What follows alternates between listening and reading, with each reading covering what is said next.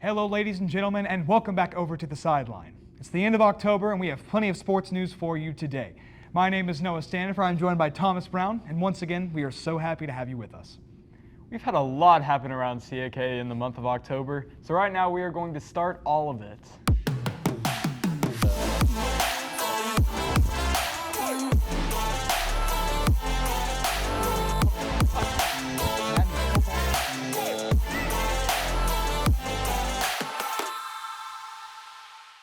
Over October, both the CAK boys and girls golf team went to compete in the state championship. That's right, and the Warriors did not disappoint. The girls golf team took home first place and the state championship trophy, whereas the guys finished third overall. However, senior Bryson White won the individual championship this year, and this has continued a trend of success for his entire high school career. White is committed to play at Tennessee Tech, where he will continue his golfing career. So, with all these huge developments taking place, we decided to sit down with White and get his thoughts about the future. I would say going into it, I was just trying to have a mindset of just have fun and just go and compete, but mostly just kind of have fun and just, I knew it would be my last time ever playing for CAK, so just have a good time with it. I would definitely, they do a lot to support me, and my dad was kind of the one who got me into the sport, even though he didn't play, but other than them, I would say Coach Donnie Cooper, he's done a great job these last 4 years, and he's believed in me every single day, and yeah. So I'm going to play at Tennessee Tech, and really I want to go there. I want to compete as a freshman and grow and just get better and hopefully see what I can do after college and maybe try to play professionally one day. I would say find a group of kids that you can play with, and just go out and have fun. Compete obviously and work and try to get better, but like have fun with it, have a good attitude, and really try to find a group of people that you can go out and play with every day and compete against them. I'm definitely willing to sacrifice a lot of things, a lot of time. I put in a lot of time this past year working and playing golf, and definitely have missed out on a few things. But I would say, I'm just willing. I'm willing to do it, and I love it, and I want to get better at it. We are in the midst of the football season all around us. However, the Warriors' football season is coming to an end. October was still a very exciting time for all of us who went to the football field. Absolutely. So let's head outside to tell you about this month's matchups. On October 4th, CAK played at home against Chattanooga Christian. The game started off a little slow as there was only one score in the first half. However, the second half picked up very quickly as Chattanooga Christian was able to put up a touchdown in both the third and fourth quarters. With the clock running down, and the Warriors were able to put up 2 touchdowns in the second half. Warriors QB Seton Moffitt was able to run in for the first score of the night after he found Will Kelly in the corner of the end zone for a fantastic connection. But unfortunately, that wouldn't be enough, and the Warriors fell short 8 points in the final score of Week 7, 21 Chattanooga Christian, 13 for CAK.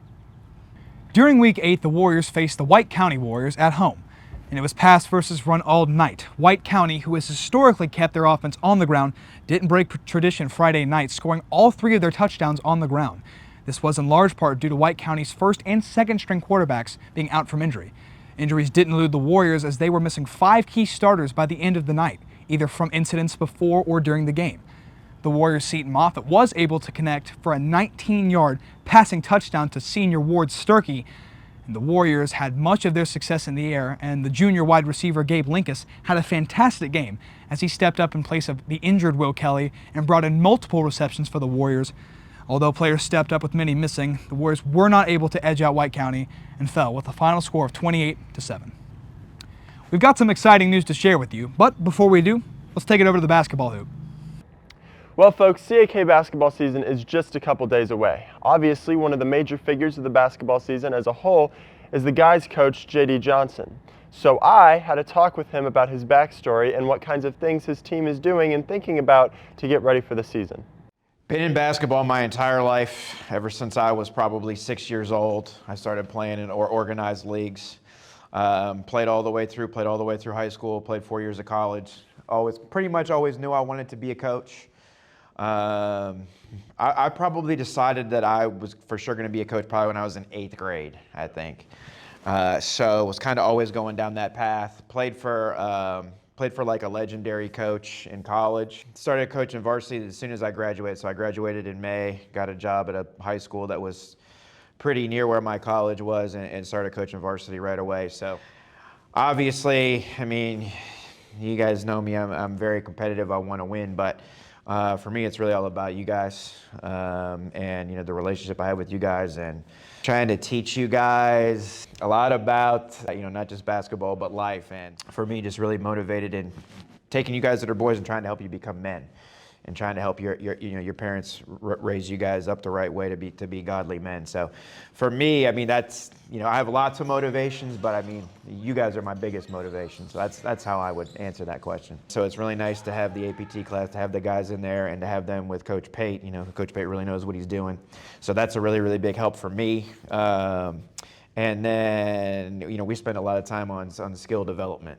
So you got to have a good balance of doing those things. So the conditioning, the weights, skill work, right, and then spending time playing as well. And working on our different offensive concepts that we want to do during the year.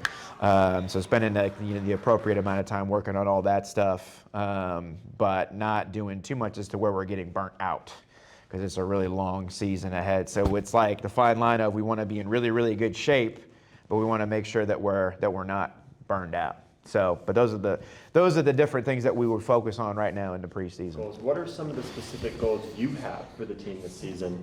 For me, the biggest thing, and I'm seeing it play out right now, is your guys' maturation, all right, and really just continuing to fully build our culture, and all the stuff that we talk about all the time.